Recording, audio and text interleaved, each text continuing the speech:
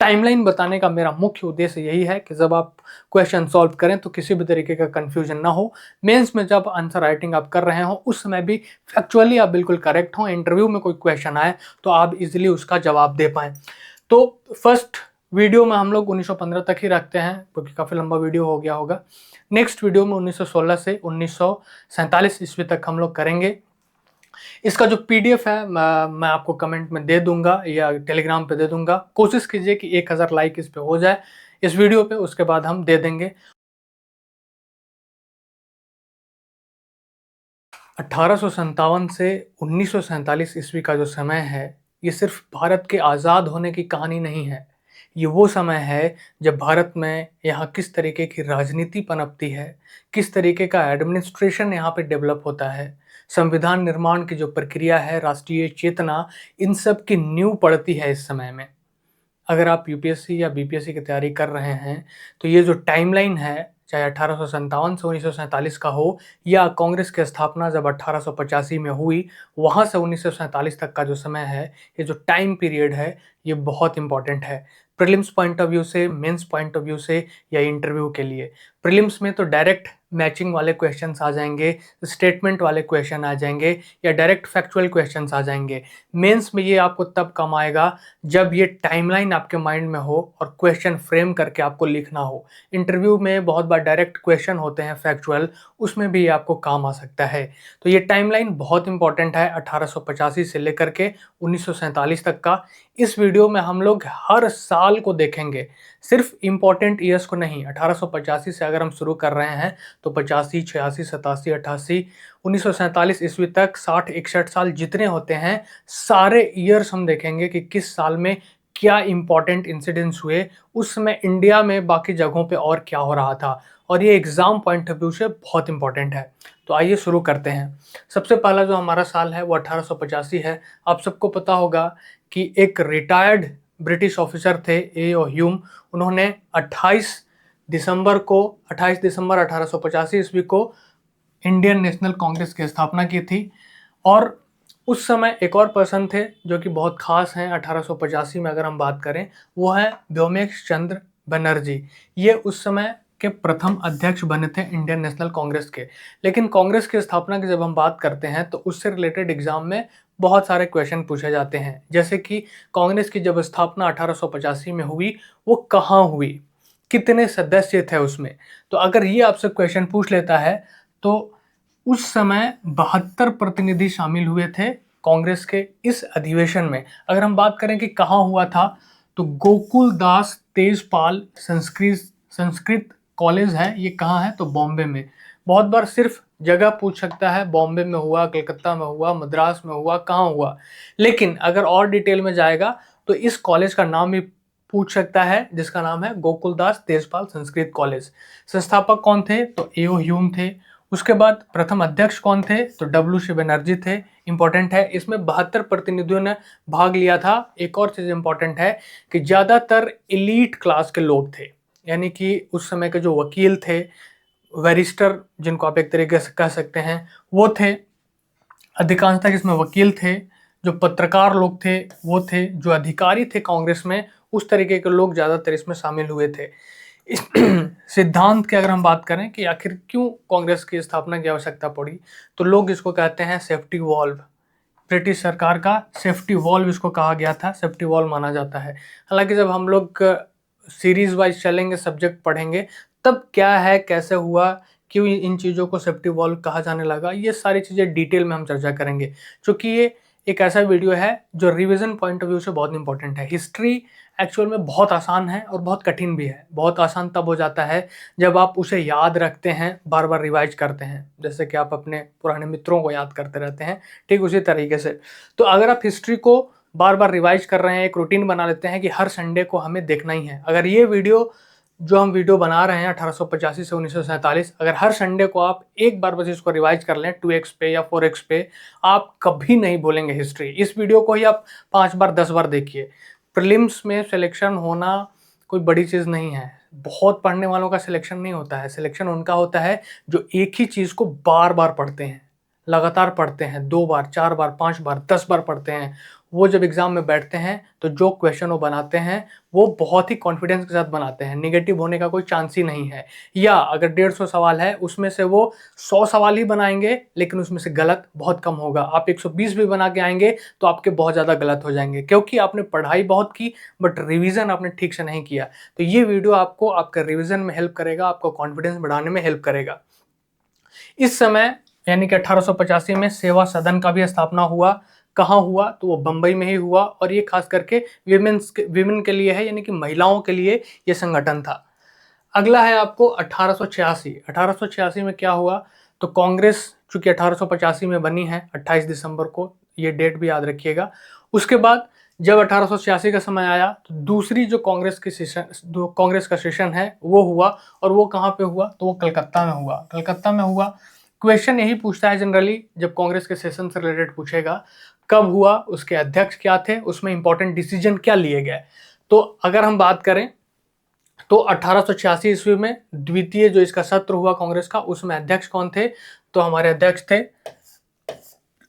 दादा भाई नौरोजी। इनको the grand old man of India भी कहा जाता है। इन्होंने एक किताब लिखी थी 1901 ईस्वी में, poverty and un British rule in India. इसी से इन्होंने ड्रेन ऑफ वेल्थ का सिद्धांत दिया था कि हमारे यहाँ से धन अंग्रेज इकट्ठा करते हैं और किस तरीके से वो ब्रिटेन में, इंग्लैंड में ले जा रहे हैं। ये दादा भाई नौरोजी ने 1901 में अपनी जो पुस्तक लिखी थी उसी से ये सिद्धांत आया था, ड्रेन ऑफ वेल्थ। इन्हें grand old man of India भी कहा जाता है। ये पहले इंडियन थे जो इलेक्ट हुए थे, फर्स्ट इंडियन जो इलेक्ट हुए थे ब्रिटिश जो अंग्रेजों का वहाँ का संसद है उसमें, हाउस ऑफ कॉमन में इलेक्ट होने वाले प्रथम भारतीय थे। ठीक है। एक चीज़ और आपको ध्यान रखना है कि जब कांग्रेस का स्थापना हुआ था, हमने लास्ट स्लाइड में शायद नहीं बताया आपको, जब कांग्रेस का स्थापना हुआ तो इस समय जो भारत का है वो गवर्नर जनरल कौन था? तो डफरीन था। डफरीन का क्या था टाइम? लॉर्ड डफरीन का 1884 से 1888 ईस्वी। और उस समय अगर किंग पूछे या क्वीन पूछे तो वो कौन थे? तो वो है क्वीन विक्टोरिया। 1837 से 1901 इनका टाइम पीरियड था। एग्जाम में ये भी पूछता है कि कांग्रेस के स्थापना के समय गवर्नर जनरल कौन था भारत का? तो लॉर्ड डफरीन था। अगर ये पूछ ले कि कौन से किंग या क्वीन थे ब्रिटेन के, तो विक्टोरिया थी। जो दूसरा हुआ उस समय भी हमारे डफरीन ही हैं। उसके बाद जब कांग्रेस का विस्तार होना शुरू हुआ तो सुरेंद्र नाथ बनर्जी की इंडियन नेशनल एसोसिएशन का कांग्रेस में विलय हो गया। डायरेक्ट क्वेश्चन पूछेगा, इंडियन नेशनल एसोसिएशन की स्थापना किसने की? तो सुरेंद्र नाथ बनर्जी ने। इसका विलय कब हुआ कांग्रेस में? तो 1886 ईस्वी में। दूसरी चीज कि पहला जो सेशन था उसमें 72 प्रतिनिधि शामिल हुए थे, लेकिन सेकेंड वाले में बढ़ करके 436 हो जाते हैं।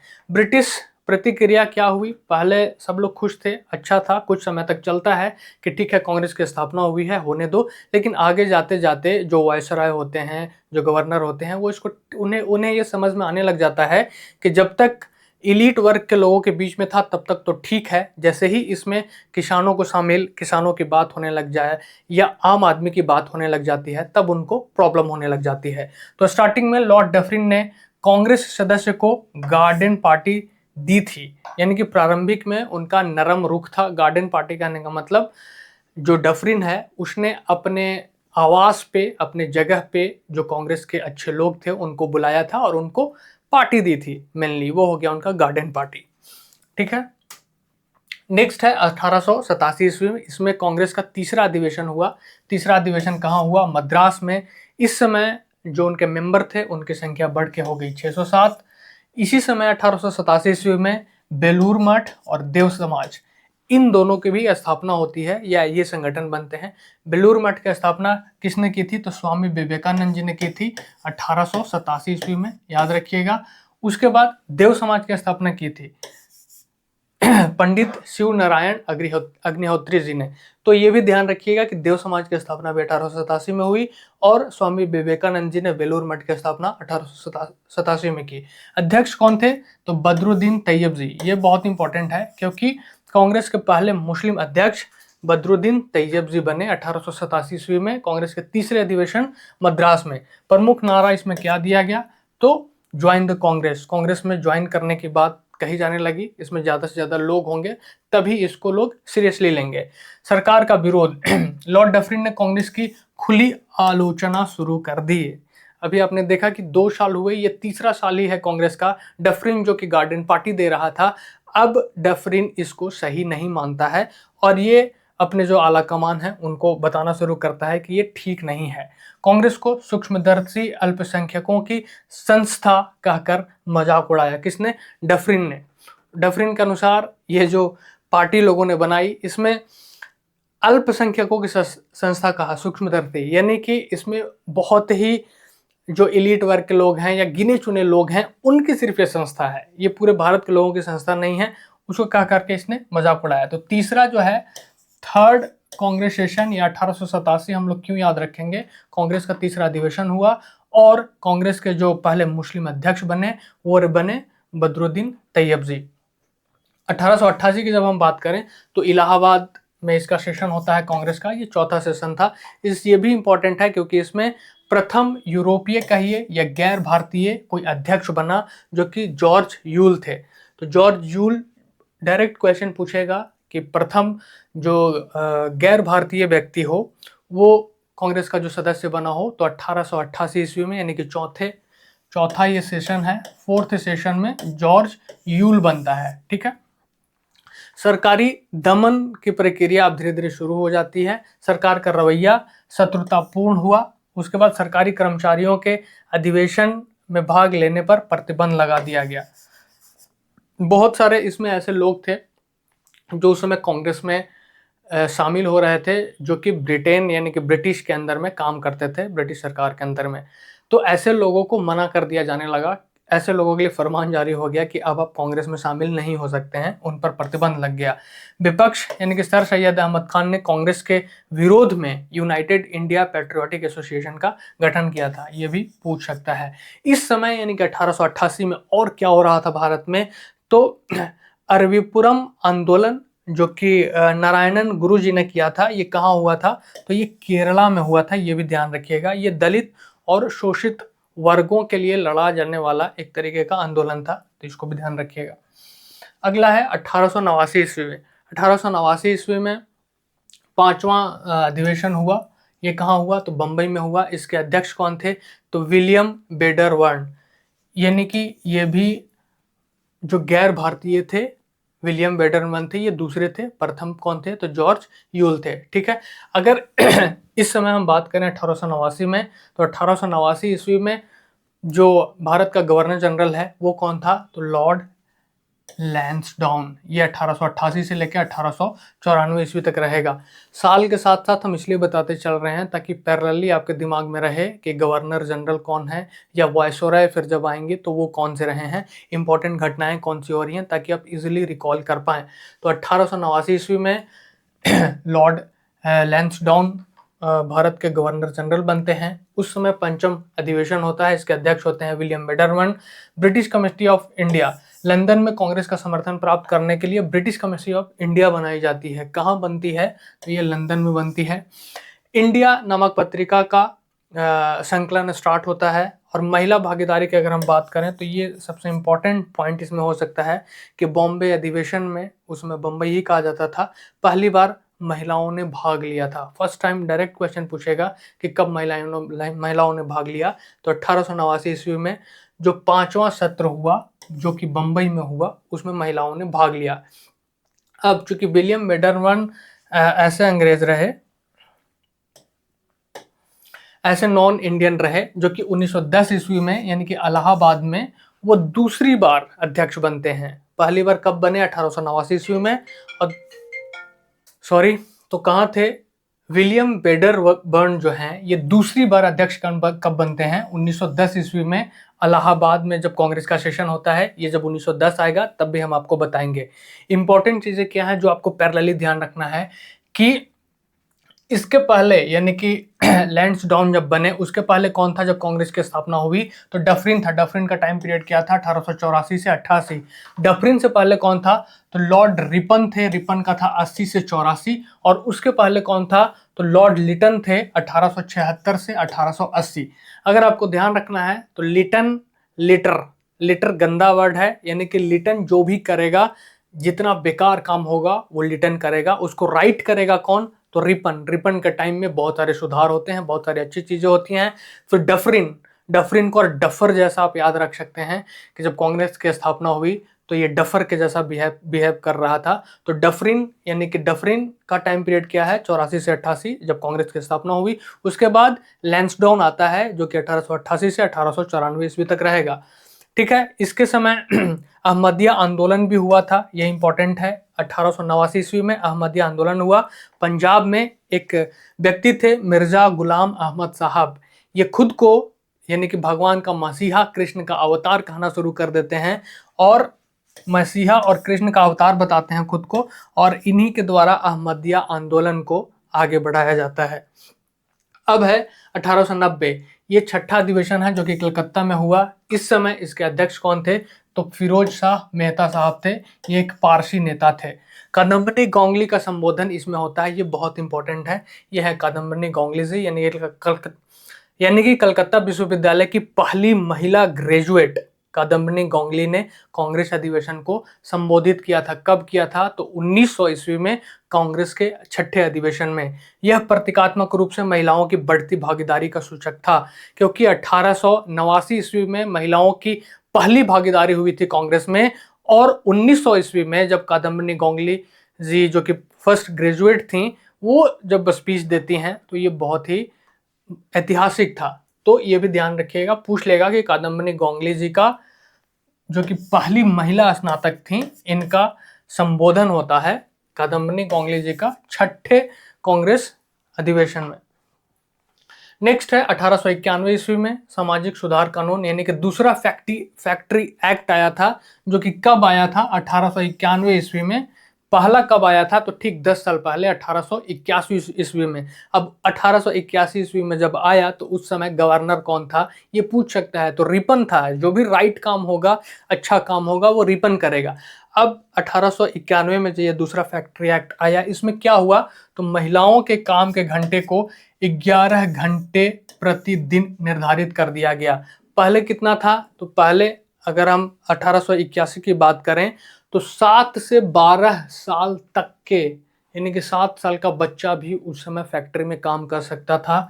7 से 12 साल के बच्चे 9 घंटे तक काम करेंगे, ये लिमिट किया गया था। और दूसरा, 4 दिन एक महीने में छुट्टी मिलेगा, यानी कि एक महीने में 4 दिन आपको छुट्टी मिलेगा और काम के बीच में आपको ब्रेक मिलेगा। ये 1881 में किया गया था, फर्स्ट जो फैक्ट्री एक्ट आया था। जो दूसरा आया उसमें महिलाओं के काम के घंटे को 11 घंटे प्रतिदिन कर दिया गया। सोचिए पहले कितना ज़्यादा होगा। उसके बाद जो दूसरा है साप्ताहिक छुट्टी, यानी कि वीकली हॉलीडे का प्रावधान किया गया सेकेंड फैक्ट्री एक्ट में। दूसरा है age of consent act. Age of consent act में क्या होता है कि भारत में उस समय, या अगर आज के 25 साल 30 साल पहले भी आप याद करें, तो बहुत कम उम्र में ही बच्चों की शादी हो जाती थी, या लड़कों की भी शादी हो जाती थी। तो लड़कियों के विवाह की जो आयु है उसको 10 साल से बढ़ाकर 12 साल किया गया, यानी कि एज ऑफ कंसेंट एक्ट। ये कब आया? 1891 ईस्वी में। और 1891 ईस्वी में लड़कियों की जो आयु थी 10 साल से बढ़ा करके 12 साल की गई। और इसी में अगर हम बात करें तो बहरामजी मालाबारी के प्रयासों से ये चीज़ संभव हुआ था। लेकिन चूंकि ये हमारे उस समय जो भी चीज़ें होती थी उसको लोग मान लेते थे कि ये हमारे कल्चर का हिस्सा है, तो जब भी अंग्रेज उसमें कुछ बदलाव करते थे, भले ही वो मानवीय रूप से बदलाव किया जा रहा हो कि इससे लोगों का शोषण हो रहा है या इससे विकास नहीं हो पा रहा है, तो उसे लोग अपने कल्चर में हस्तक्षेप मानते थे, जिसका विरोध तिलक जी ने किया था। भारतीय सामाजिक मामलों में विदेशी हस्तक्षेप उन्होंने कहा था इसे, और उन्होंने इसका विरोध किया था कि अंग्रेज जो भी कर रहे हैं ये ठीक नहीं है। हालांकि बाद में लोगों को एहसास होता है कि ये कितना जरूरी है। तो 2-3 चीजें इसमें ध्यान रखिएगा। एक, एज ऑफ कंसेंट एक्ट जो है 1891 का, उसमें 10 साल से बढ़ाकर 12 साल किया गया।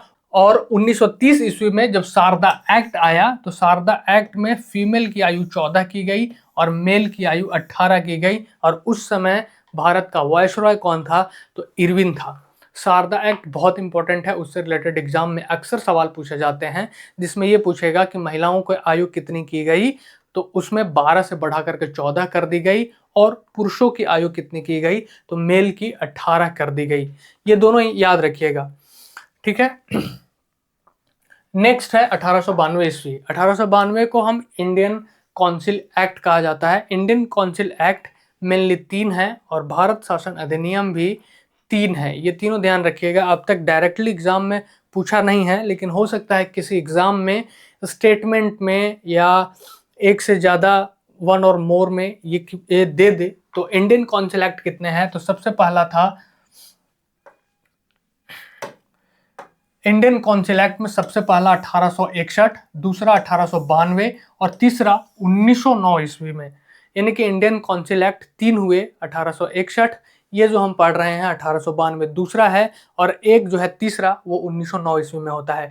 तो इंडियन काउंसिल एक्ट, इसमें क्या होता है, इसमें कारण क्या था इसको लाने का, तो कांग्रेस के नरमपंथियों का लगातार संवैधानिक दबाव।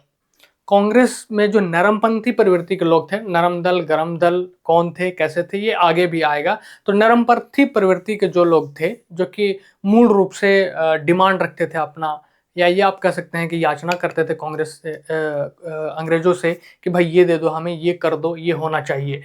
तो नरमपंथी इनका दबाव के कारण ये 1892 में, यानी कि दूसरा जो काउंसिल एक्ट आया, इसमें कुछ चीजें आई। इसमें क्या क्या हुआ, तो केंद्रीय और प्रांतीय विधान परिषदों में गैर सरकारी सदस्यों की संख्या बढ़ाई गई। पहले क्या होता था कि जो भी विधान परिषद होते थे उस समय, उसमें ज्यादातर अंग्रेज के जो समर्थक हैं या जो सरकारी लोग हैं वही शामिल होते थे।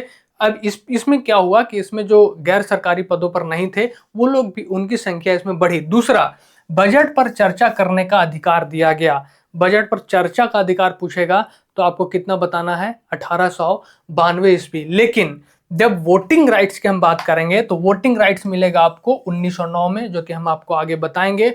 और अगर सेपरेट बजट की बात करें कि प्रोविंसेस में और सेंटर में कब अलग हुआ, तो वह 1919 ईस्वी में हुआ। ये बहुत बहुत इंपॉर्टेंट है, डायरेक्ट यहां से क्वेश्चन आपको पूछे जाएंगे। सबसे पहले बजट पर चर्चा का अधिकार कब मिला, तो 1892 ईस्वी में मिला।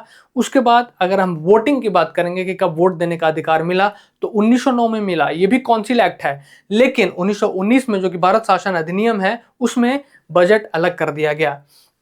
तो ये सारी चीजें ध्यान रखिएगा, बहुत इंपॉर्टेंट है। अगला है 1893 ईस्वी। 1893 भारतीय इतिहास में बहुत इंपॉर्टेंट है। बचपन में भी आप स्कूल्स में पढ़े होंगे कि स्वामी विवेकानंद जब शिकागो जाते हैं तो किस तरीके से वो भाषण देते हैं। पूरे उन्हें तूफानी संत कहा जाता था, तूफानी हिंदू कहा जाता था, जिस तरीके से वो भाषण देते थे। तो ये 1893 का समय बहुत कमाल का रहा है। 1893 इसलिए भी इम्पोर्टेंट है कि ये इस समय कांग्रेस का जो अधिवेशन होता है, कांग्रेस का अधिवेशन लाहौर में होता है और दादा भाई नौरोजी दूसरी बार कांग्रेस के अध्यक्ष बनते हैं। दादा भाई नौरोजी 3 बार कांग्रेस के अध्यक्ष बनेंगे। सबसे पहला हमने आपको बताया था 1886 ईस्वी में, 1886 जो कि दूसरा अधिवेशन था कांग्रेस का। और दूसरी बार कब बनते हैं, तो 1893 में लाहौर में। और जो तीसरी बार बनते हैं वो फिर से कलकत्ता में 1906 में, जब मुस्लिम लीग की स्थापना होगी। तो दादा भाई नौरोजी 3 बार बनते हैं। ये डायरेक्ट एग्जाम में कई बार क्वेश्चन पूछा है, तो ये ध्यान रखिएगा। 1893 में 3 महत्वपूर्ण घटनाएं क्या हुई, तो महात्मा गांधी जी अब्दुल्ला एंड कंपनी का केस लड़ने दक्षिण अफ्रीका गए। अब्दुल्ला एक सेठ था जो कि साउथ अफ्रीका में रहता था, उसका केस लड़ने वो गए थे। दूसरी इंपॉर्टेंट चीज क्या है, एनी बेसेंट जी हैं, थियोसॉफिकल सोसाइटी के कार्य हेतु वो भारत आती हैं। एग्जाम में कई बार पूछा है थियोसॉफिकल सोसाइटी की स्थापना किसने की, तो एनी बेसेंट जी ने की थी, ध्यान रखिएगा। गांधी जी अब्दुल्ला सेठ के लिए केस लड़ने के लिए दक्षिण अफ्रीका गए। और स्वामी विवेकानंद जी शिकागो जाते हैं, जो कि हमारे इतिहास का बहुत ही मतलब कमाल का वो टाइम था जब स्वामी विवेकानंद ने भारत का मस्तिष्क पूरे विश्व में ऊंचा किया था। तो शिकागो अमेरिका जाते हैं, विश्व धर्म संसद में ऐतिहासिक भाषण देते हैं। स्टार्टिंग में उन्हें 2 मिनट समय दिया जाता है, लेकिन जब वो संबोधन शुरू करते हैं कि brother and sisters of America, तो ये ब्रदर एंड सिस्टर्स वर्ड सुन करके, क्योंकि अमेरिकियों का जो कल्चर है वेस्टर्न कल्चर, उसमें ब्रदर एंड सिस्टर्स को लोग उतना उस तरीके से नहीं लेते हैं। आपको पता ही है किस तरीके का कल्चर है। तो जब स्वामी विवेकानंद बोलते हैं brother and sisters of America, तो सबको बहुत अलग फील होता है ये चीज़ कि ये सच में एक अलग तरीके का संत है जो पूरे विश्व को एक परिवार का रूप में देखता है। लोग खड़े होकर के अपने जगह से तालियां बजाते हैं, जो कि बहुत गर्व का विषय था। उसके बाद विवेकानंद जी बहुत फेमस हो जाते हैं। हालांकि विवेकानंद जी को उस तरीके से रिकग्निशन नहीं मिला उस समय भारत में जितना मिलना चाहिए था। खैर उस पर कभी और चर्चा करेंगे। सांस्कृतिक राष्ट्रवाद, बाल गंगाधर तिलक ने महाराष्ट्र में गणपति उत्सव की शुरुआत की। हालांकि ये आगे चल करके शिवाजी उत्सव भी शुरू करेंगे, जो हम आपको आगे बताएंगे कब इन्होंने किया। तो गणपति उत्सव की शुरुआत कब हुई? तो 1893 ईस्वी में। उद्देश्य क्या था? तो धार्मिक मंच का जो उपयोग राष्ट्रीय चेतना को जगाने के लिए, क्योंकि ये टाइम पीरियड हमने आपको शुरू में ही बताया कि ये सिर्फ कॉन्स्टिट्यूशनल किस तरीके से या पॉलिटिक्स किस तरीके से हो रहा है, एडमिनिस्ट्रेशन किस तरीके से हो रहा है, सिर्फ यही नहीं है, अपने देश के लोगों में देश के प्रति राष्ट्रीय चेतना किस तरीके से बढ़ती है, ये पूरा टाइम पीरियड है। और वो कैसे बढ़ता है ये भी आप देखेंगे। बाल गंगाधर तिलक ने गणपति उत्सव किया, शिवाजी उत्सव करेंगे वो। इन सभी चीज़ों से अपने देश के प्रति, या बंगाल में जो भी हो रहा था, जो चीज़ें हो रही थी, वो अपने देश के प्रति लगाव लोगों का काफ़ी बढ़ाता है, अपने देश के लिए कुछ भी कर गुजरने के लिए। तो 1893 में 3 घटनाएं आपको ध्यान रख ली हैं, इंपॉर्टेंट है। इसी समय दादा भाई नौरोजी अध्यक्ष बने थे, वो 3 बार बने हैं, वो तीनों टाइम पीरियड आपको याद रखना है। नेक्स्ट है 1894, मद्रास में अधिवेशन होता है। अल्फ्रेड वेब जो है इसकी अध्यक्षता करते हैं। ये तीसरे बंदे हैं, थर्ड पर्सन हो गए। वेडरबर्न हो गए, सबसे पहले जॉर्ज यूल हो गए, वेडरबर्न हो गए, उसके बाद अल्फ्रेड वेब, ये तीसरे पर्सन हो गए। कांग्रेस ने सिविल सेवा अधिकारियों को भारत और इंग्लैंड में एक साथ आयोजित कर 1894 में। और क्या होता है? तो पहले जो है सिविल सेवा के लिए सिर्फ इलेक्शन सिर्फ जो एग्जाम है वो होता था इंग्लैंड में, लेकिन 1894 ईस्वी में भारत के साथ साथ इंग्लैंड के साथ साथ भारत में भी ये आयोजन हो, इसकी डिमांड होने लग गई। और ये पूरा कब होता है ये मैं आपको आगे बताऊंगा, कि यहाँ पे सिर्फ मांग की बात की जा रही है, ये ध्यान रखिएगा। ऐसा ना हो कि एग्जाम में आप डायरेक्ट मार नहीं कर रहे। 1894 में हमने बताया था मांग की बात हो रही है, मांग की जा रही है सिर्फ। कई बार स्टेटमेंट जब देगा, जो 2-3 वाले स्टेटमेंट होंगे उसमें यही चीज डाल देगा, मांग की गई, मांग दोहराई गई, या मांग मान ली गई, शुरू हुआ। तो ये ध्यान रखिएगा। 1894 में और क्या हुआ? तो फिनिक्स आश्रम जो कि डरबन साउथ अफ्रीका में है, गांधी जी द्वारा उसकी स्थापना की गई। इसमें एक और चीज ध्यान रखिएगा कि ये जो अल्फ्रेड वेब हैं, ये दूसरी बार अध्यक्ष बनेंगे, सेकंड टाइम। कब? तो मद्रास के अधिवेशन में बनेंगे, जो मैं आपको आगे बताऊंगा। 1888 में हमने आपको बता ही दिया कि जॉर्ज यूल जो हैं वो पहली बार बने थे अहमदाबाद अधिवेशन में। तो ये साथ में मैं इसलिए बताते चल रहा हूँ ताकि आप पीछे वाला भूलते नहीं जाएं। ये वीडियो आपको फिर से जब कंप्लीट हो जाए तो फिर से 1 सप्ताह बाद देखिएगा 2x पे करके, फिर नेक्स्ट सप्ताह में देखिएगा 2x पे करके। ये वीडियो 5 से 10 बार आप देख लीजिए, उसके बाद टाइमलाइन वाले या हिस्ट्री के जो भी चीज़ें हैं वो आप कभी भूलेंगे नहीं। नेक्स्ट है आपको 1895, शिवाजी उत्सव शुरू होता है। शिवाजी उत्सव किसने शुरू किया था? तो बाल गंगाधर तिलक जी ने। सबसे पहले गणपति उत्सव उन्होंने स्टार्ट किया, उसके बाद शिवाजी उत्सव उन्होंने स्टार्ट किया 1895 ईस्वी में। तिलक ने युवाओं में पौरुष और राष्ट्रवाद भरने के लिए शिवाजी उत्सव प्रारंभ किया। राष्ट्रवाद किस तरीके से धीरे धीरे बड़ा होगा आप देखेंगे। पूना अधिवेशन होता है कांग्रेस का। पूना अधिवेशन बहुत इंपॉर्टेंट है, क्योंकि कांग्रेस मंच से सामाजिक सुधारों पर चर्चा हो, किस तरीके की चर्चा हो, वो विवाद यहाँ से शुरू होता है। परिणाम क्या होता है? तो इंडियन सोशल कांग्रेस को कांग्रेस के मंच से अलग कर दिया जाता है। तो इसका महत्व क्या है? तो यह नरम पंथियों और उग्रवादियों जो एक्सट्रीमिस्ट थे उनके बीच वैचारिक विभाजन की यहाँ से शुरुआत होती है, जो कि मुख्य रूप से कब देखने को मिलता है? जब सूरत में विभाजन होता है सिर्फ अध्यक्ष पद को लेकर के। तो इसकी शुरुआत, डायरेक्ट क्वेश्चन पूछ सकता है कि शुरुआत कब हुई थी? तो शुरुआत हुई थी इसकी 1895 ईस्वी में, यानी कि नरमपंथी और गर्मपंथी लोग अपने अपने विचारों को लेकर के यहाँ से मतभेद शुरू हो जाता है। यानी कि एक चीज जो आप यहाँ से समझ सकते हैं कि उग्रवाद का जो उदय है वो कहाँ से शुरू होता है? तो 1895 से शुरू होता है। उसके बाद जब हम 1896 की बात करते हैं तो कलकत्ता में अधिवेशन होता है। उसके अध्यक्ष कौन थे? तो रहीमतुल्ला सयानी। वंदे मातरम बंकिम चंद्र चटर्जी जी द्वारा जो रचित था, वो राष्ट्र जिसको हम लोग नेशनल सॉन्ग बोलते हैं, वो पहली बार रविंद्रनाथ टैगोर जी ने गाया। ये बहुत इंपॉर्टेंट है, बहुत अच्छे से इसको देखिए। इसकी रचना किसने की थी? तो बंकिम चंद्र चटर्जी जी ने। इसको गाया किसने? तो रविंद्रनाथ टैगोर जी ने। इसको हम लोग नेशनल सॉन्ग बोलते हैं। लेकिन अगर हम नेशनल एंथम की बात करें यानी कि जन गण मन, तो वो कब गाया जाता है? वो गाया जाता है 1911 ईस्वी में। और उसको गाता कौन है? तो रविंद्रनाथ टैगोर जी की नीश हैं, वो गाती हैं। वो मैं आपको आगे बताऊंगा। जो हमारा नेशनल सॉन्ग है यानी कि वंदे मातरम नेशनल सॉन्ग यानी कि राष्ट्रीय गीत, उसको गाने में समय कितना लगता है? तो 180 सेकंड यानी कि 3 मिनट 10 सेकंड। और नेशनल एंथम जो है हमारा जनगण मन, उसको हम लोग 52 सेकंड में गाते हैं। लेकिन अगर हमको जल्दी में गाना है तो 20 सेकंड में भी आप गा सकते हैं, जिसमें पहला लाइन और लास्ट का 3 लाइन होता है, वो करके आप गा सकते हैं।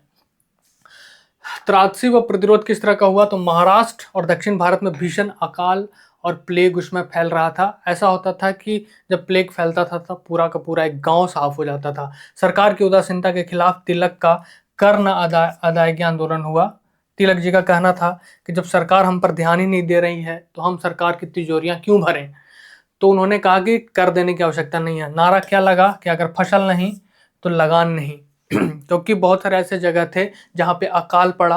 अकाल पड़ने के कारण न फसल हुआ, न ही सरकार ने ध्यान दिया कि लोग किस तरीके से जी रहे हैं, क्या उनको खाने पीने को दिया जाए। जब प्लेग फैलता है तो बहुत सारे लोगों की मृत्यु भी हो जाती है। तो सरकार की जो कार्रवाई थी वो बहुत ढीली थी, तो उन्होंने इसका विरोध किया था कर नहीं देने को। 1897 ईस्वी में क्या होता है?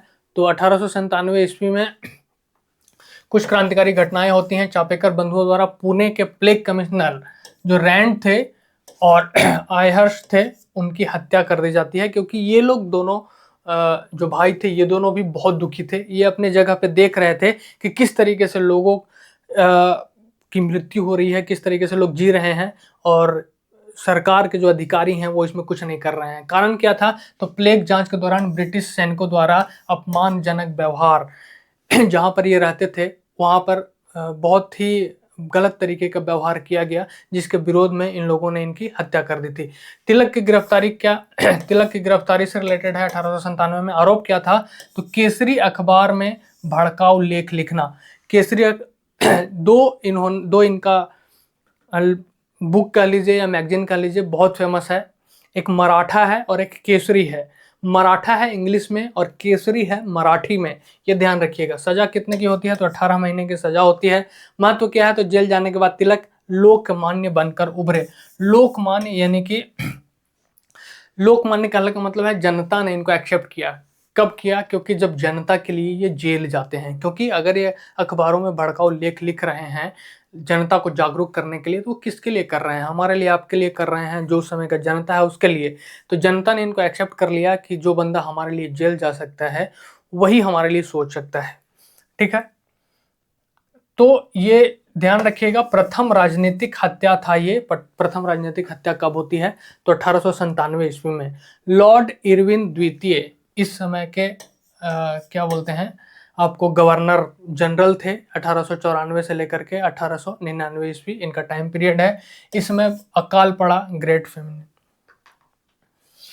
उसके बाद 1898 ईस्वी में की घटना है, लॉर्ड कर्जन का आगमन होता है। लॉर्ड कर्जन आता है और लॉर्ड कर्जन भारत का वायसराय बन के आया। अब इसका डिस्ट्रीब्यूशन कैसे है, क्या है, मैं आपको नीचे बता देता हूँ।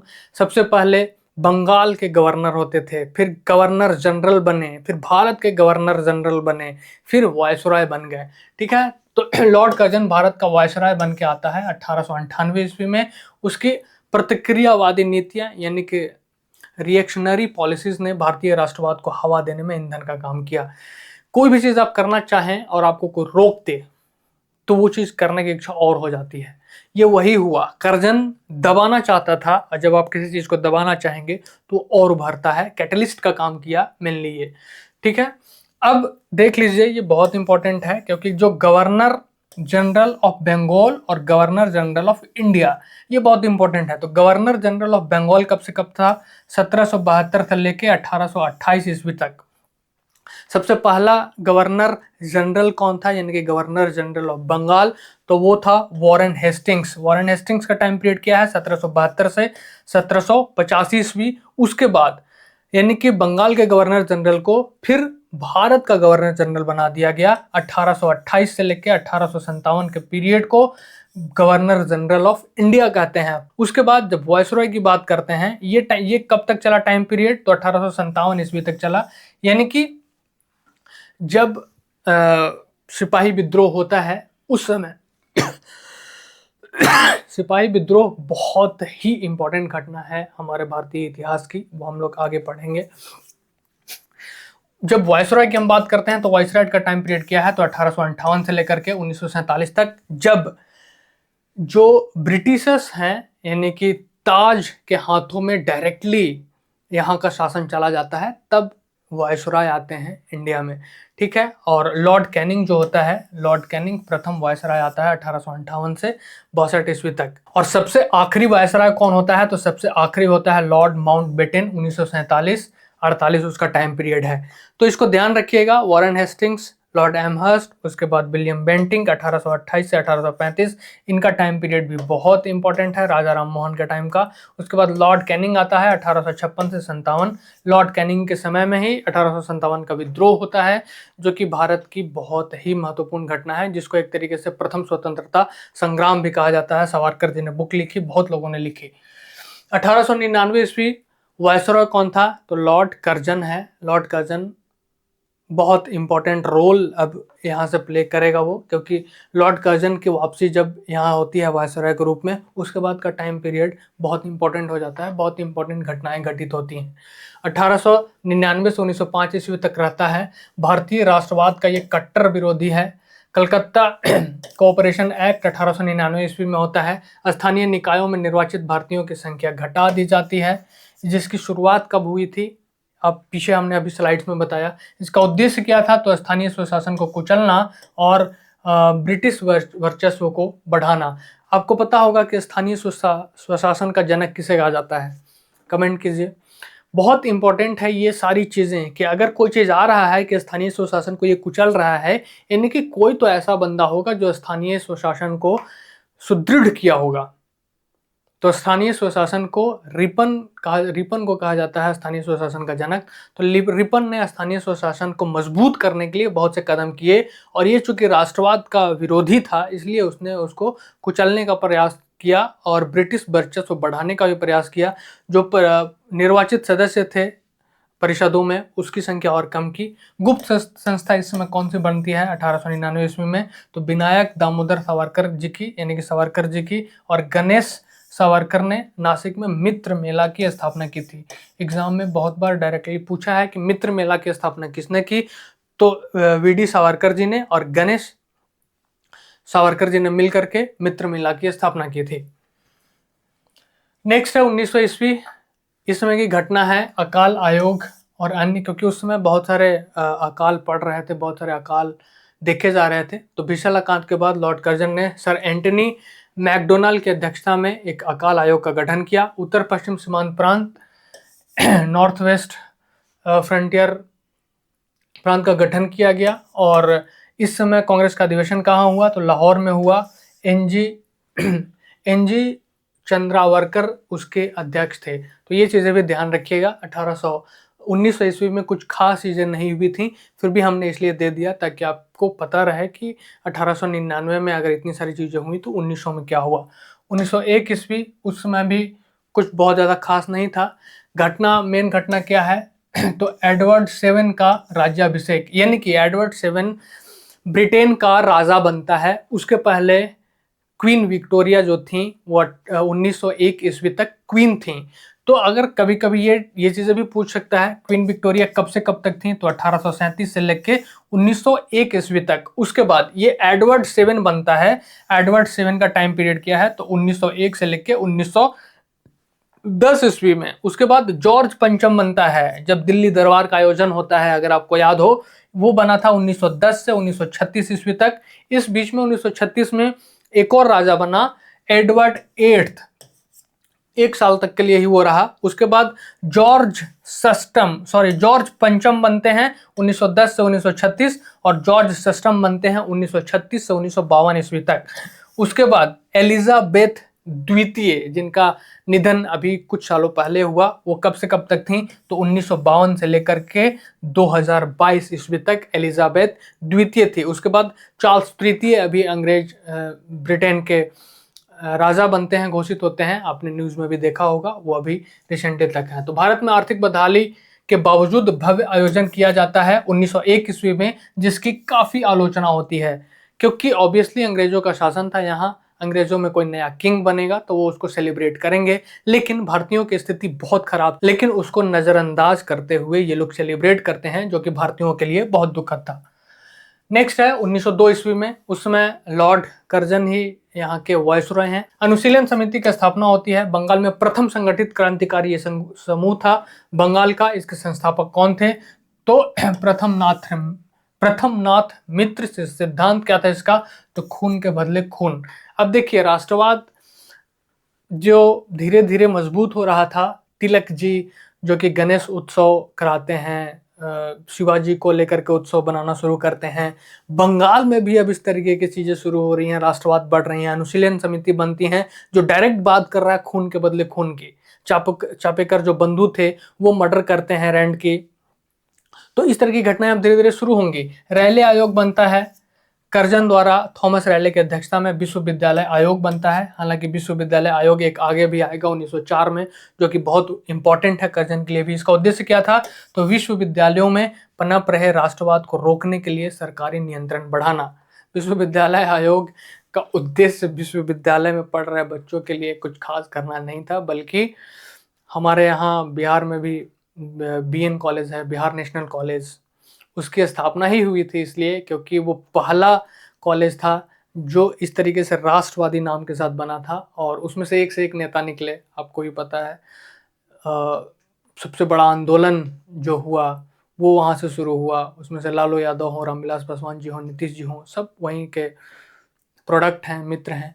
तो कॉलेज एक अड्डा बन चुका था राष्ट्रवाद का। वहाँ पे स्किट होते थे, वहाँ पे प्लानिंग होते थे, लोग नाटक करते थे राष्ट्रवाद को लेकर के, वहीं से युवा निकलते थे जो देश के लिए मर मिटने को तैयार होते थे। तो कर्जन ने क्या किया कि एक नियम बनाया और उसके तहत वहाँ दमन करने का कोशिश किया, उसको नियंत्रण करने का कोशिश किया। नेक्स्ट है 1903 ईस्वी, दिल्ली दरबार होता है। ये दूसरा दिल्ली दरबार है। मेनली 3 दिल्ली दरबार होते हैं। एक 1877 में होता है पहला, दूसरा होता है 1903 में, और तीसरा होता है 1911 ईस्वी में। तो दिल्ली दरबार का आयोजन 1903 ईस्वी में होता है। उस समय भारत की स्थिति बहुत अच्छी नहीं रहती है, अकाल की स्थिति रहती है, बहुत सारे जगहों पे लोग मर रहे होते हैं बीमारियों से। फिर भी दूसरा दिल्ली दरबार का आयोजन होता है ये सम्राट एडवर्ड 7 की ताजपोशी के लिए। कर्जन का भव्य आयोजन, ऑब्वियसली उसमें वायसराय कर्जन है। विरोध क्यों होता है, क्योंकि भारत भीषण गरीबी में था, फिर भी पानी की तरह पैसा बहाया गया था, और वो पैसा किसका था, तो हम भारतीयों का ही था, जो हम ही से वसूला जाता था और उसको खर्च किया जा रहा है ताजपोशी में। टिप्पणी थी, रोम जल रहा था और नीरो बंसी बजा रहा था। बहुत ही इंपॉर्टेंट, बहुत ही कमाल का ये स्टेटमेंट है अगर आप समझते हो। तिब्बत मिशन, कर्जन ने कर्नल यंग हस्बैंड को तिब्बत अभियान पर भेजा रूसी प्रभाव को रोकने हेतु। तो तिब्बत मिशन भी 1903 में हुआ। 1903 में क्या हुआ, तो दिल्ली दरबार, दूसरा दिल्ली दरबार का आयोजन हुआ। तो ये चीजें भी ध्यान रखिएगा।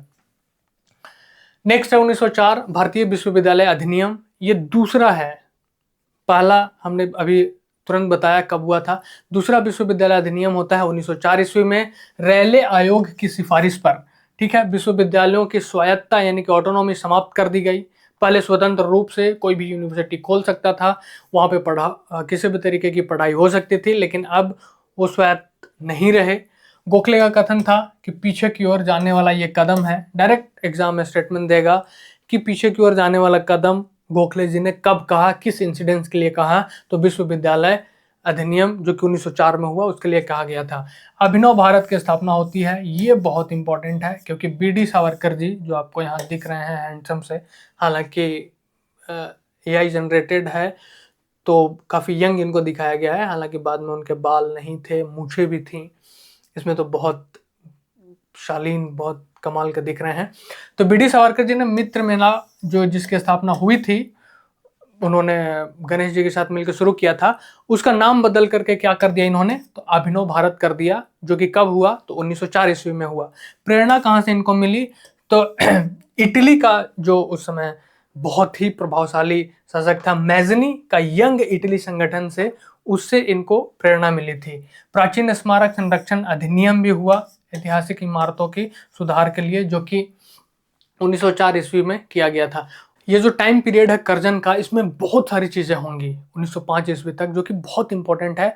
करजन तो आपको एकदम रटे रहना चाहिए, ध्यान रखना चाहिए, उसमें बहुत सारी चीज़ें होती हैं। ऐतिहासिक इमारतों की सुरक्षा के लिए वो काम करता है, बहुत सारे आयोग बनाता है करजन, जो मैं आपको आगे बताऊंगा।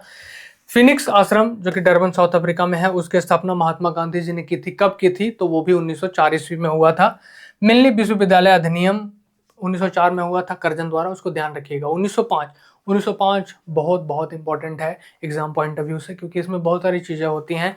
अंग्रेज एडमिनिस्ट्रेशन का बहाना देकर बंगाल का विभाजन करते हैं, लेकिन एक्चुअल कारण सबको पता था, क्योंकि बंगाल अड्डा बन चुका था। जो भारत के वहाँ पे नेशनलिस्ट तरह के जो लोग थे, यानी कि भारत के लिए जान देने वाले, भारत के लिए लड़ने वाले, भारत के लिए योजना बनाने सबसे ज़्यादा क्रांतिकारी जो थे वो बंगाल में ही थे, इसलिए उसको हस्तक्षेप कर दिया था। हिंदू मुस्लिम एकता वहाँ पे बहुत कमाल की थी, इसलिए उन्होंने हिंदू और मुस्लिम को बांटने का प्रयास किया था। हालांकि बांट भी दिया था उन्होंने, जो कि आगे जब हम दिल्ली दरबार पढ़ेंगे तो उसमें फिर इसको रद्द किया जाएगा।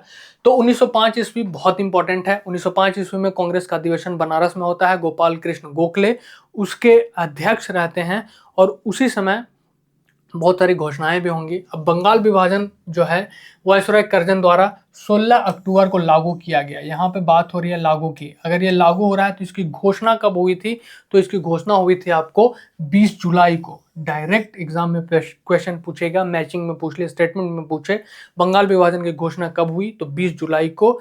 उसे लागू कब किया गया, 16 अक्टूबर के। उसे भंग कब किया गया, आगे बताएंगे आपको। तर्क क्या था, तो प्रशासनिक सुविधा, लेकिन वास्तविक उद्देश्य क्या था, बांटो और राज करो, डिवाइड एंड रूल। हिंदू मुस्लिम एकता को तोड़ना था, वहां जिस तरीके के क्रांतिकारी गतिविधियां हो रही थी उसको कम करना था। स्वदेशी आंदोलन, स्वदेशी आंदोलन बहुत इंपॉर्टेंट है, क्योंकि जब बंगाल विभाजन हुआ तो बंगाल विभाजन के विरोध में सभी लोग एकजुट हो गए। सिर्फ बंगाल में ही नहीं, भारत के बाकी जगहों पर भी इसका विरोध हुआ था। उसी समय स्वदेशी आंदोलन शुरू होता है, जो कि बहुत बहुत इंपॉर्टेंट है मॉडर्न हिस्ट्री में। कलकत्ता टाउन हॉल में विदेशी वस्तुओं का बहिष्कार करने की घोषणा की गई। यहाँ पे जब घोषणा होता है तो विदेशी जो वस्तुएं थे, कपड़े की होली लोग करते हैं, एक तरीके से कपड़ों को लोग जलाते हैं। मतलब जो बाहर से कपड़े आ रहे थे, विदेशी जो कपड़े ला रहे थे, उसका लोग विरोध करते हैं। वंदे मातरम आंदोलन का आंदोलन का मुख्य नारा बन जाता है। वंदे मातरम, वंदे मातरम के 150 साल पूरे हुए हैं, ये बहुत इंपॉर्टेंट है। हालांकि पता नहीं हमने आपको पीछे वाले स्लाइड में बताया कि नहीं, एक मिनट।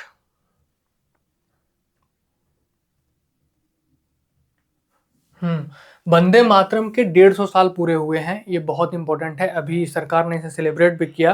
तो 150 साल पूरे किस चीज़ के हुए, अगर हम भाषण वंदे मातरम गाने की बात करते हैं, जैसे रविंद्रनाथ टैगोर ने गाया, तो वो 1896 में गाया। 1896 से आप जोड़ेंगे तो 150 साल नहीं होता है। तो 150 साल किस चीज़ का पूरा हुआ, कि वंदे मातरम कब लिखा गया, तो 7 नवंबर 1875 को वंदे मातरम लिखा गया था बंकिम चंद्र चटर्जी द्वारा। अगर हम इसको जोड़ेंगे तो 7 नवंबर 2025 को इसके 25 साल 150 साल पूरे होते हैं, जिसे सरकार ने सेलिब्रेट किया है। तो ये बहुत इंपॉर्टेंट है, इससे एग्जाम में डायरेक्ट क्वेश्चन पूछेगा, इस बार 100% पूछेगा कि, और यही सब स्टेटमेंट रहेंगे कि क्या गाया गया था, उसके 150 साल पूरे हुए हैं। तो गाया तो गया है 1896 में, लेकिन इसको लिखा गया था, ये एक चीज आपको ध्यान रखना है, उसके 150 साल पूरे हुए हैं। ठीक है, हम लोग कहाँ थे, हम लोग थे बंगाल विभाजन में। तो बंगाल विभाजन की घोषणा होती है 20 जुलाई को, लागू होता है 16 अक्टूबर को। इसी के विरोध में स्वदेशी आंदोलन होता है, जिसमें हम लोग विदेशी कपड़ों की होली जलाते हैं, यानी कि विदेशी कपड़ों को जलाते हैं, जिसे रविंद्रनाथ टैगोर ने सही नहीं माना था। खैर, उस पर हम लोग बाद में चर्चा करेंगे। इसको रक्षाबंधन में, यानी कि राखी दिवस के रूप में भी मनाया जाता है। और 7 अगस्त 1905 को हम लोग ये घोषणा करते हैं किसकी, स्वदेशी आंदोलन की। यानी कि 16 अक्टूबर को जब ये लागू हो गया था और 20 जुलाई को जब घोषणा हुआ था, इसके बीच की ये बात है। स्वदेशी आंदोलन कब हुआ था, तो 7 अगस्त 1905 को शुरू हुआ था। रविन्द्रनाथ टैगोर के आह्वान पर हिंदुओं और मुसलमानों ने एक दूसरे को राखी बांधकर एकता का प्रदर्शन किया था। तो 1905 ये बहुत इंपॉर्टेंट है। इंडियन होम रूल सोसाइटी की स्थापना भी होती है लंदन में। कब होती है, तो 1905 ईस्वी में। श्यामजी कृष्ण वर्मा जी इसके संस्थापक थे। ये बहुत इंपॉर्टेंट है 1905 का समय। आप स्क्रीनशॉट भी ले सकते हैं। हाँ, तो 1905 में जो कपड़ा जलाने की शुरुआत बीडी सावरकर जी ने की थी, उसका विरोध किसने किया था, तो रविंद्रनाथ टैगोर जी ने किया था। ठीक है, अब आगे बढ़ते हैं। 1906 ईस्वी में, उस समय जो वायसरॉय था लॉर्ड मिंटो द्वितीय था। उसका टाइम पीरियड क्या है, तो उसका टाइम पीरियड है 1905 से लेकर के 1910 ईस्वी। मुस्लिम लीग की स्थापना होती है 1906 ईस्वी में। स्थान क्या है, ढाका। नेतृत्वकर्ता कौन थे, तो नवाब सलीम मुल्ला और आगा खां के नेतृत्व में। डायरेक्ट पूछेगा। उद्देश्य क्या था, तो मुसलमानों के राजनीतिक अधिकारों की रक्षा के लिए 1906 ईस्वी में इसकी स्थापना की गई थी। इसका जो पहला है अधिवेशन कहाँ हुआ था, तो कराची में हुआ था 1907 ईस्वी में। कांग्रेस का कलकत्ता अधिवेशन भी हुआ 1906 में, हमने आपको पहले भी बताया। अध्यक्ष कौन थे, तो दादा भाई नौरोजी जी। ये 3 बार रह चुके हैं। सबसे पहले कब थे, तो 1886 में। दूसरी बार कब थे, तो 1893 में। और ये तीसरी बार है 1906 ईस्वी में। घोषणा क्या हुआ इसमें, तो पहली बार कांग्रेस के मंच से स्वराज शब्द का प्रयोग किया गया। बहुत बहुत इंपॉर्टेंट है। डायरेक्ट पूछेगा कि सबसे पहले स्वराज शब्द का प्रयोग किसने किया, तो दादा भाई नौरोजी ने किया। कब किया, तो 1906 में कांग्रेस के अधिवेशन में किया। ठीक है, तो ये चीजें ध्यान रखिएगा। उस समय वायसरॉय कौन था, तो लॉर्ड मिंटो। 1907 में क्या होता है, तो 1907 में सूरत विभाजन होता है, जो कि बहुत बहुत इंपॉर्टेंट है। इसकी अध्यक्षता, जब ये लड़ाई होता है नरम दल और गरम दल में अध्यक्षता को लेकर के, तो फाइनली अध्यक्ष कौन बनते हैं, तो रास बिहारी घोष जी बनते हैं। और ये 2 बार बनते हैं, 1907 में भी और 1908 में भी। 8 में कहाँ होता है, तो मद्रास में। तो सूरत स्प्लिट क्यों होता है, ये हम आगे बहुत डिटेल में पढ़ेंगे जब ये सीरीज स्टार्ट करेंगे हिस्ट्री का। तो कांग्रेस नरम दल और गरम दल में बंट जाता है। आगे चल करके कब इनका मिलाप होता है, ये कमेंट कीजिए। वैचारिक मतभेद क्या था, तो नरम दल जो है वो संवैधानिक तरीके में विश्वास करते थे कि भाई ये चाहिए हमें, ये दे दीजिए, इस तरीके से दे दीजिए। गरम दल क्या करते थे कि देश हमारा है, सब कुछ हमारा है, तो फिर हम उनसे याचना क्यों कर रहे हैं, हम उनसे छीन के लेंगे, ये हमारा अधिकार है। बहिष्कार और निष्क्रिय प्रतिरोध का समर्थक थे ये इनका कहना था कि हमारा ही देश है, सब कुछ हमारा है, हमारा ही पैसा है, तो हम इनका क्यों सुने। लाल बालपाल जो कि बहुत फेमस हुए, लाला लाजपत राय, बाल गंगाधर तिलक और बिपिन चंद्र पाल, ये मेनली जो गरम दल का जो संगठन था उसके लीडर थे। अनुशीलन समिति की स्थापना होती है कब, 1907 ईस्वी में ही। वरिंद्रनाथ और भूपेंद्र दत्त,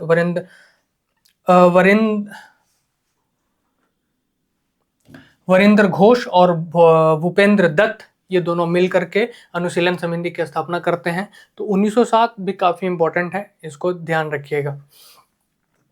1908 में क्या होता है, तो 1908 में भी वायसरॉय कौन है, लॉर्ड मिंटो द्वितीय है। मुजफ्फरपुर बम कांड होता है। खुदीराम बोस और प्रफुल्ल चाकी ने मुजफ्फरपुर के जज किंग्सफोर्ड की बग्घी पर बम फेंका, लेकिन अनफॉर्चुनेटली वो बम लगता नहीं है।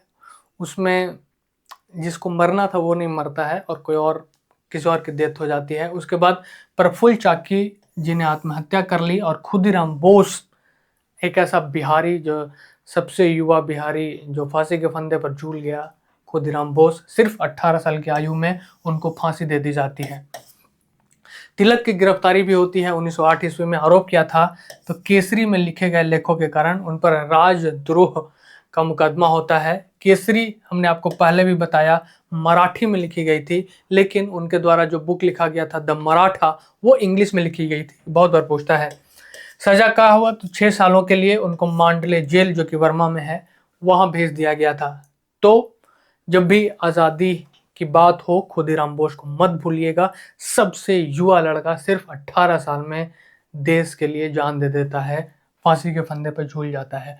1909 ईस्वी मॉर्ले मिंटो रिफॉर्म बहुत बहुत इंपॉर्टेंट है, क्योंकि हम लोग जब भी अपने गवर्नमेंट ऑफ इंडिया एक्ट तीन हमने आपको शायद पहले नहीं बताया था। काउंसिल एक्ट हमने आपको बताया था कि कितने काउंसिल एक्ट हैं, तो काउंसिल एक्ट 3 है, 1861, 1892 और 1909। तो ये लास्ट कहिए या थर्ड कहिए, ये थर्ड काउंसिल एक्ट है जो कि बहुत बहुत इंपॉर्टेंट है। हमारे जो आज भारत की स्थिति है ना, हिंदू मुस्लिम और फलाना ढिमकाना जो बहुत सारी चीज़ें हो रही हैं, इसकी शुरुआत कहाँ से हुई? तो यही लॉर्ड मिंटो के समय से हुई थी। ठीक है, सांप्रदायिक यानी कि कम्युनल इलेक्ट्रोट, सांप्रदायिक निर्वाचन इलेक्ट्रेट, इसकी शुरुआत यहीं से हुई। पहली बार मुसलमानों के लिए पृथक निर्वाचक मंडल का प्रावधान किया गया। क्या था ये? यानी कि किसी मुस्लिम को अगर आपको सेलेक्ट करना है, किसी अभी के समय से समझ लीजिए कि अगर आपको कोई मुस्लिम विधायक चुनना है या मुस्लिम सांसद चुनना है तो उसको वोट सिर्फ मुस्लिम ही देंगे, ये था। ठीक है, और उनके लिए सीटें रिजर्व भी की गई थी। फूट डालो की नीति, इस सुधार ने भारत में सांप्रदायिकता की वैधानिक नींव रखी। ऑब्वियस सी बात है क्योंकि उस समय मुस्लिम लीग की स्थापना हो चुकी थी 1906 में। बहुत सारे ऐसे लीडर थे जो अपनी राजनीतिक कैरियर को चमकाने के लिए, अपनी रोटियां सेकने के लिए किसी भी हद तक जाने को तैयार थे। तो जब अंग्रेजों ने ये कहा कि ठीक है, हम आपको अलग से दे देते हैं कि सिर्फ मुस्लिम लोग आपको वोट देंगे, तो ऑब्वियसली उनके लिए बहुत अच्छा हो गया। ठीक है ना, उनको कुछ सीटें उनकी बिल्कुल पक्की हो गई। लॉर्ड मिंटो को हम लोग सांप्रदायिक निर्वाचन का जनक, फादर ऑफ कम्युनल इलेक्टोरेट कहते हैं, क्योंकि यही वो दुष्ट है जिसने भारत की स्थिति, जो कि एक समय पे हिंदू मुस्लिम एकता बहुत कमाल की थी, उसे इसने बिगाड़ा। और लॉर्ड मिंटो जो है 1905 से लेकर के 1910 ईस्वी तक ये था। ठीक है, उसके बाद अगर हम मॉर्ले की बात करें, चूंकि अगर मार्लो मिंटो यहाँ पे बात हो रहा है, तो मॉर्ले कौन था और मिंटो कौन था? तो मिंटो आपको पता है कि वायसरॉय था, इसके बाद और भी बहुत सारे वायसरॉय हुए, लेकिन मिंटो जो था वो सेक्रेटरी ऑफ स्टेट था भारत का। कहाँ पे रहता था? तो वो इंग्लैंड में रहता था, वहाँ का जो संसद था उसमें रहता था, वो मॉर्ले था। ठीक है, तो ये सारी चीज़ें ध्यान रखिएगा। 1909 बहुत इंपॉर्टेंट है। लेकिन गवर्नमेंट ऑफ इंडिया एक्ट भी 3 है जो कि अक्सर एग्जाम में पूछा जाता है, कई बार स्टेटमेंट में दे सकता है कि कौन कौन से गवर्नमेंट ऑफ इंडिया एक्ट हैं, यानी कि भारत शासन अधिनियम है, तो उसके भी 3 है। सबसे पहले 1858, जब अंग्रेजों के विरुद्ध हमारे देश के जो महानुभाव है एकत्रित हुए, जिसको हम सिपाही विद्रोह बोलते हैं। उसके बाद सबसे पहले गवर्नमेंट ऑफ इंडिया एक्ट आया। उनको पता था कि अगर इस तरीके का फिर से विरोध हुआ तो अंग्रेजों को भागना ही पड़ जाएगा, तो उन्होंने भारत के पक्ष में कुछ काम किया 1858 में। दूसरा 1919 में बहुत बहुत इंपॉर्टेंट है, और 1935, जिसको जब हमारा संविधान बन रहा था तो 1935 से बहुत सारे प्रावधान एज इट इज उठाकर उसमें डाले गए। समझ लीजिए कि कितना इंपॉर्टेंट था ये भारत शासन अधिनियम। तो ये सारी चीजें ध्यान रखिएगा, ये तीनों में ध्यान रखिएगा कौन से कौंसिल एक्ट्स हैं और कौन से गवर्नमेंट ऑफ इंडिया एक्ट्स हैं। अब है 1910। तो 1910 में क्या होता है? तो 1910 में इंडियन प्रेस एक्ट आता है। इंडियन प्रेस एक्ट में मेनली जो उस समय पत्रिकाएं छप रही थी, अखबार छप रहे थे, उन पर कंट्रोल हासिल करने के लिए इंडियन प्रेस एक्ट आता है। किसके समय में आता है? तो लॉर्ड मिंटो द्वितीय द्वारा। उस समय वायसरॉय कौन था? तो लॉर्ड मिंटो द्वितीय था। ये डायरेक्ट पूछ सकता है क्वेश्चन। उद्देश्य क्या था?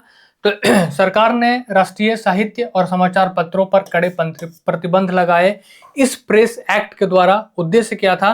तो क्रांतिकारी गतिविधियों और उग्रवादी विचारधारा के प्रसार को रोकना। हमने आपको पहले भी बताया कि तिलक को जेल जाना पड़ा था, 6 साल के लिए वो जेल में थे, क्योंकि वो अपने पत्रिका में, अपने समाचार पत्र में अपने देश के हित में बात करते थे। अंग्रेज किस तरीके से भारत को लूट रहे हैं, भारतीयों पर अत्याचार कर रहे हैं, इसकी बात वो करते थे।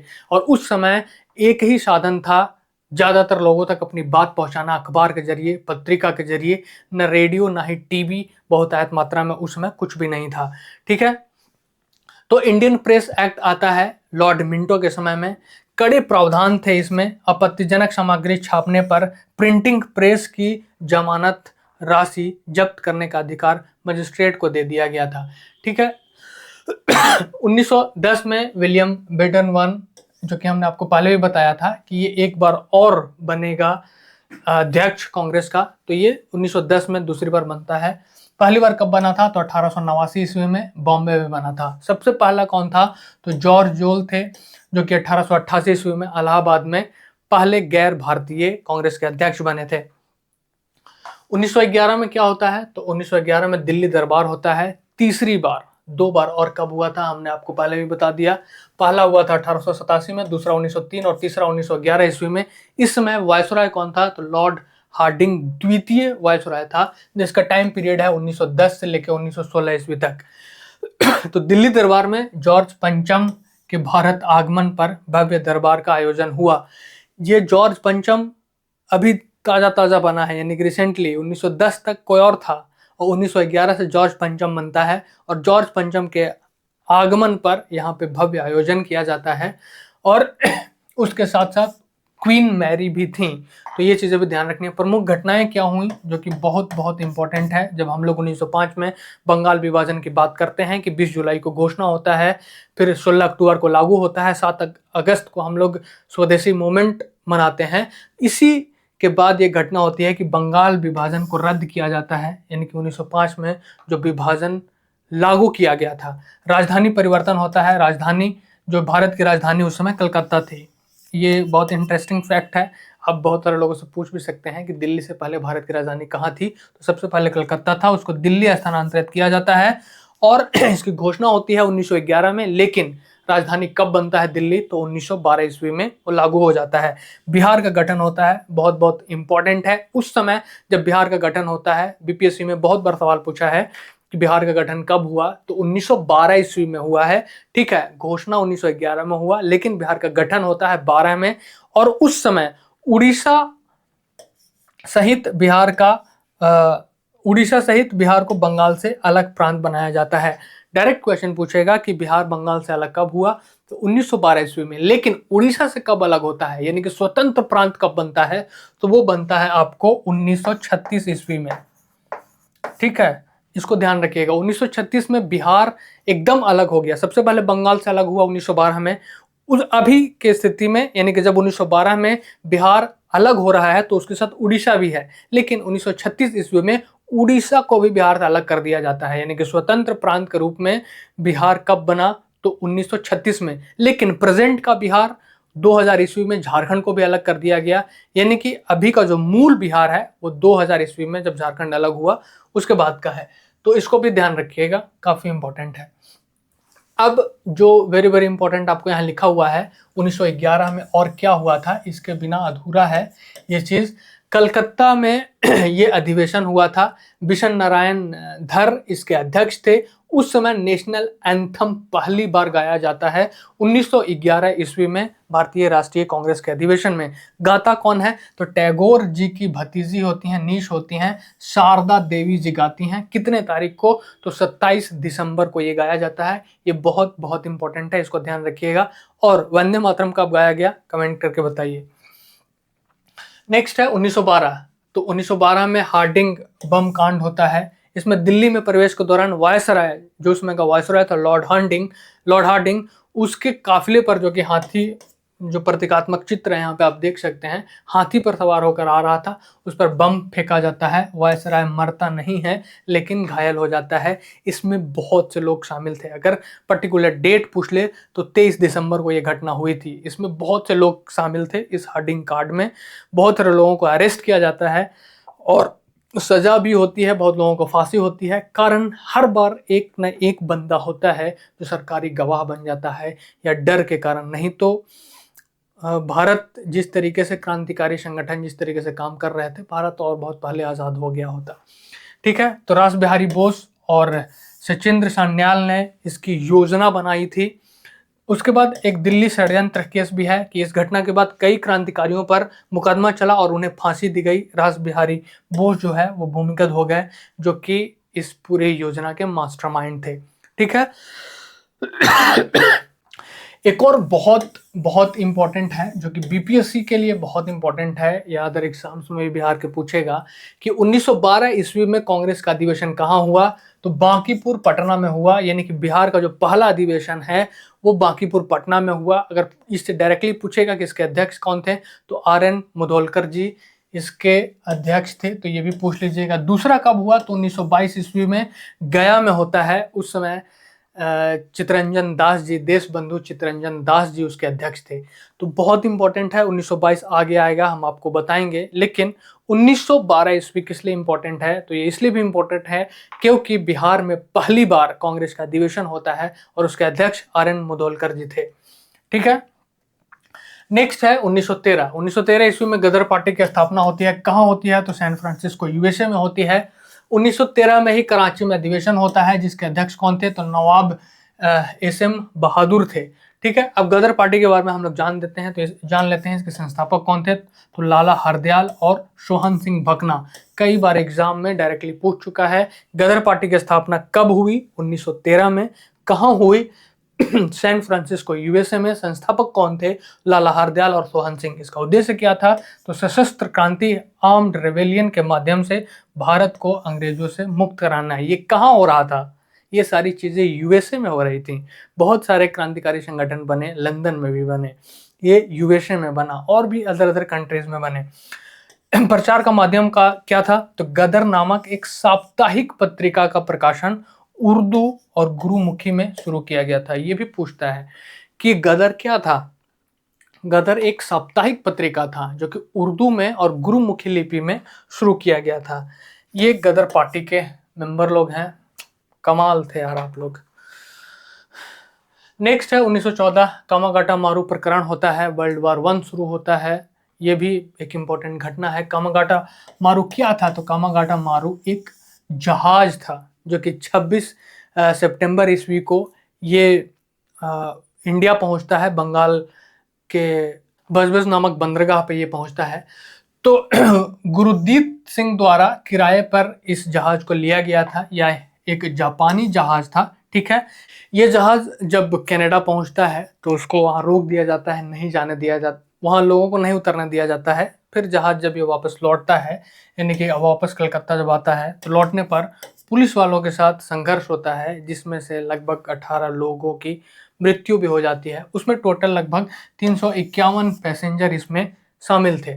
ठीक है, प्रथम विश्व युद्ध, फर्स्ट वर्ल्ड वॉर शुरू होता है। युद्ध का प्रारंभ होता है। ब्रिटिश सरकार ने भारतीय सैनिकों और संसाधनों का युद्ध में व्यापक उपयोग किया, जिसमें गांधी जी ने भी काफी मदद की यहाँ के लोगों को वर्ल्ड वॉर में अंग्रेजों के तरफ से लड़ने के लिए सेना में शामिल होने के लिए। इसीलिए उन्हें भर्ती करने वाला सार्जेंट भी कहा जाता है और आगे उनको कैसरे हिंद की उपाधि वगैरह भी दी जाती है। तो गांधी जी ने भी स्टार्टिंग में अंग्रेजों का खूब साथ दिया था, समर्थन किया था उनका।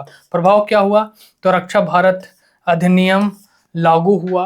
अंग्रेजों का एक तरीके से डील था कि आप हमारा सहयोग कीजिए, हम भी आपको कुछ सहयोग करेंगे। 1915 ईस्वी में 1915 में गांधी जी लौटते हैं। उसके बाद से भारतीय राजनीति में या भारतीय स्वतंत्रता संग्राम में गांधी जी का मेनली एंट्री होता है। तो 9 जनवरी 1915 ईस्वी को गांधी जी दक्षिण अफ्रीका से भारत लौटते हैं। इस दिन को अब प्रवासी भारतीय दिवस के रूप में मनाया जाता है। बहुत इंपॉर्टेंट है। प्रवासी भारतीय दिवस कब मनाया जाता है? तो 15 जनवरी को मनाया जाता है। क्यों मनाया जाता है? क्योंकि गांधी जी साउथ अफ्रीका से भारत लौटे थे। राजनीतिक गुरु कौन है इनके? गोपाल कृष्ण गोखले जी, जो गांधी जी को कहते हैं कि भैया राजनीति ऐसे नहीं होता है, पहले जाओ पूरे भारत को घूमो। तो 2 साल वो भारत घूमते हैं और इसी प्रकरण में आगे आपको आएगा कि जब भारत में आते हैं, चंपारण में आते हैं, फिर खेड़ा, अहमदाबाद, ये सारे प्रकरण आएंगे 1915 से लेकर 1917 के बीच में। भारत भ्रमण शुरू करते हैं। गोखले की सलाह पर गांधी जी ने सक्रिय राजनीति से दूर रहकर 1 वर्ष तक पूरे भारत का भ्रमण किया। 1 वर्ष नहीं, 2 वर्ष है, तो 2 साल तक वो पूरे भारत में भ्रमण करते हैं। 1915 में और क्या होता है? तो कैसरे हिंद की उपाधि गांधी जी को दी जाती है लॉर्ड हार्डिंग के द्वारा। ठीक है, उसका टाइम पीरियड क्या है? तो 1910 से लेकर के 1916, जब एक से एक घटनाएं हुई, दिल्ली दरबार हुआ, सारी चीजें हुई, तब लॉर्ड हार्डिंग यहाँ का वायसरॉय था। ठीक है, लॉर्ड हार्डिंग के पहले कौन था? तो मिंटो द्वितीय था, जो कि 1905 ईस्वी में बनता है। 1905 से पहले कौन था? तो कर्जन था। उसके बाद 1916 के बाद चेम्सफोर्ड बनता है, जो कि 21 तक रहता है। तो ये सारी चीजें याद रखिएगा, किसके पहले कौन था, किसके बाद कौन था। टाइमलाइन बताने का मेरा मुख्य उद्देश्य यही है कि जब आप क्वेश्चन सॉल्व करें तो किसी भी तरीके का कंफ्यूजन ना हो। मेंस में जब आंसर राइटिंग आप कर रहे हो उस समय भी फैक्चुअली आप बिल्कुल करेक्ट हो। इंटरव्यू में कोई क्वेश्चन आए तो आप इजिली उसका जवाब दे पाएं। तो फर्स्ट वीडियो में हम लोग 1915 तक ही रखते हैं क्योंकि काफ़ी लंबा वीडियो हो गया होगा। नेक्स्ट वीडियो में 1916 से 1947 ईस्वी तक हम लोग करेंगे। इसका जो पीडीएफ है मैं आपको कमेंट में दे दूंगा या टेलीग्राम पे दे दूंगा। कोशिश कीजिए कि 1000 लाइक इस पे हो जाए इस वीडियो पे, उसके बाद हम दे देंगे। ओनली बीपीएससी हमारा एक ऐप है